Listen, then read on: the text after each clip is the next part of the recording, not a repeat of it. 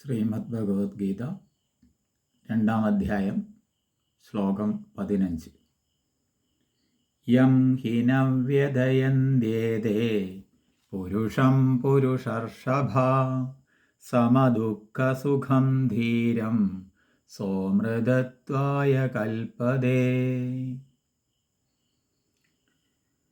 അല്ലയോ പുരുഷശ്രേഷ്ഠ, ഇവിടെ വിളിക്കുന്നത്, സംബോധന ചെയ്യുന്നത് പുരുഷ ശ്രേഷ്ഠ എന്നാണ്, പുരുഷർഷഭ എന്നാണ്.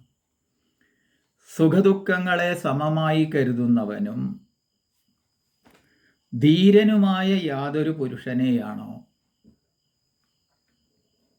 ഇവ എന്ന് പറയുമ്പോൾ ഇവിടെ ശീതോഷ്ണ സുഖദുഃഖാദികൾ വ്യസനിപ്പിക്കാത്തത് അയാൾ നിശ്ചയമായും മോക്ഷത്തിന് യോഗ്യനാകും. ഇവിടെ സുഖദുഃഖാദി ദ്വന്ദ്ങ്ങളെ സഹിക്കാൻ ഉപദേശിച്ചു മുമ്പത്തെ ശ്ലോകത്തിൽ. അങ്ങനെയുള്ള അയാളെ വിളിച്ച പേരെന്താണ്? പുരുഷർഷഭ. ഇവിടെ അർജുനനോട് പറയുന്ന രൂപത്തിലായതുകൊണ്ട് പുരുഷർഷഭ എന്ന് വിളിച്ചു. അല്ലെങ്കിൽ മനുഷ്യന്മാരിൽ ശ്രേഷ്ഠരായവർക്ക് അങ്ങനെ സഹിക്കാൻ സാധിക്കൂ. മാത്രമല്ല, അങ്ങനെ ഉള്ളവർ സുഖദുഃഖങ്ങളെ സമമായി കാണുന്നവരാണ്. സുഖദുഃഖങ്ങളെ എങ്ങനെയാ സമമായി കാണുക? സുഖം സുഖവും ദുഃഖം ദുഃഖവും തന്നെയല്ലേ? അതെ, സുഖം വന്നാലും ദുഃഖം വന്നാലും, മാനം വന്നാലും അപമാനം വന്നാലും, നിന്ദ വന്നാലും സ്തുതി വന്നാലും, ചൂട് വന്നാലും തണുപ്പ് വന്നാലും, പൂജ വന്നാലും പരിഭവം വന്നാലും, ഇതൊക്കെ ദ്വന്ദ്ങ്ങളാണ്. ഒന്നുണ്ടെങ്കിൽ മറ്റത് കൂടിയേ തീരൂ. ഒന്ന് മാത്രമായിട്ടില്ല. അപ്പം സുഖം ഉണ്ടാവുമ്പോൾ ഒപ്പുണ്ടായിരുന്ന ആളെപ്പോലും തിരിച്ചറിയാത്തതിൽ അഹങ്കരിക്കേണ്ട. ദുഃഖം വരുമ്പോൾ വിഷമിച്ച് ആകെ കഷ്ടപ്പെടണ്ട.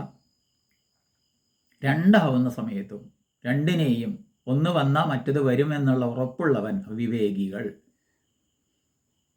എന്തു ചെയ്യും? രണ്ടിനെയും സമമായിട്ട് കാണുന്നു, തുല്യമായിട്ട് കാണുന്നു.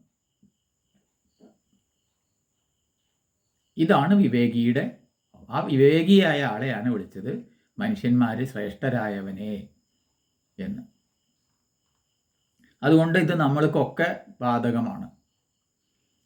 ഗീത വായിച്ചു കഴിഞ്ഞാൽ നമുക്കൊക്കെ ഈ തിരിച്ചറിവുണ്ടാവും, വിവേകം ഉദിക്കും. വിവേകം ഉദിച്ചാൽ, ധീരനായാൽ, ധീരൻ എന്ന് പറഞ്ഞാൽ ധീയം രാതീതി ധീരൻ, വിവേകി എന്നർത്ഥം. അങ്ങനെയുള്ള ധീരന്മാർ ഒരിക്കലും ഒന്നിനാലും വിഷമിക്കുന്നില്ല.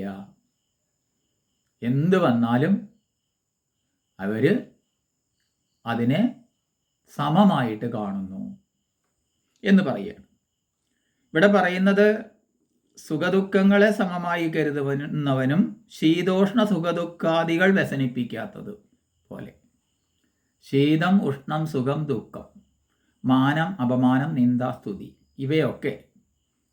അതൊക്കെ ശീതം തന്നെയാണ്, ഉഷ്ണം തന്നെയാണ്.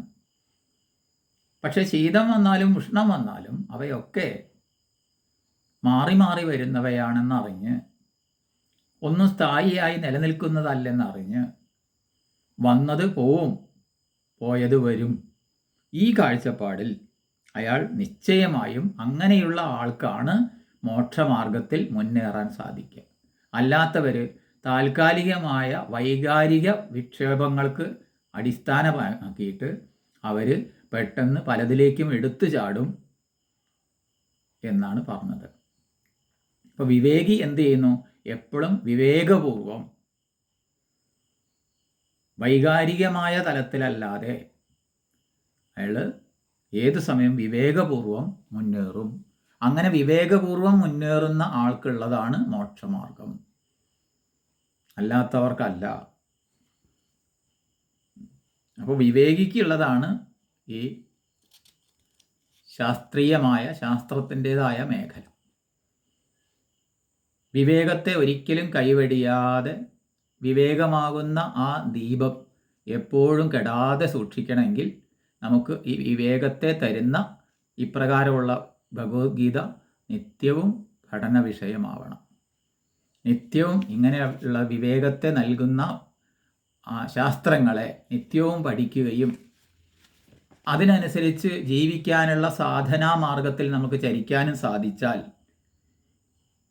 സുഖദുഃഖാദി ദ്വന്ദ്ങ്ങളാൽ ബാധിക്കപ്പെടാത്ത ആളായി നമുക്ക് തീരാം. അങ്ങനെയുള്ള മനുഷ്യർ മുക്തരാവുന്നു. എന്നിട്ട് പറയുകയാണ്, അതിനാൽ നീ ഇപ്രകാരമാവൂ. ഇതാണ് ഇവിടെ ഉപദേശം.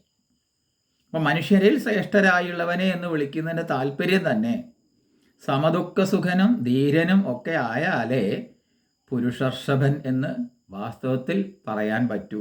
അല്ലാതെ ഒരാൾ ലോകമഖിലവും കീഴടക്കിയാലും സ്വന്തം അന്ധക്കരണത്തെ മനസ്സിനെ നിയന്ത്രിച്ചിട്ടില്ലെങ്കിൽ ഒരു ശ്രേഷ്ഠതയും വാസ്തവിക ദൃഷ്ട്യാ അവർക്ക് കൽപ്പിക്കാവതല്ല എന്ന് താല്പര്യം.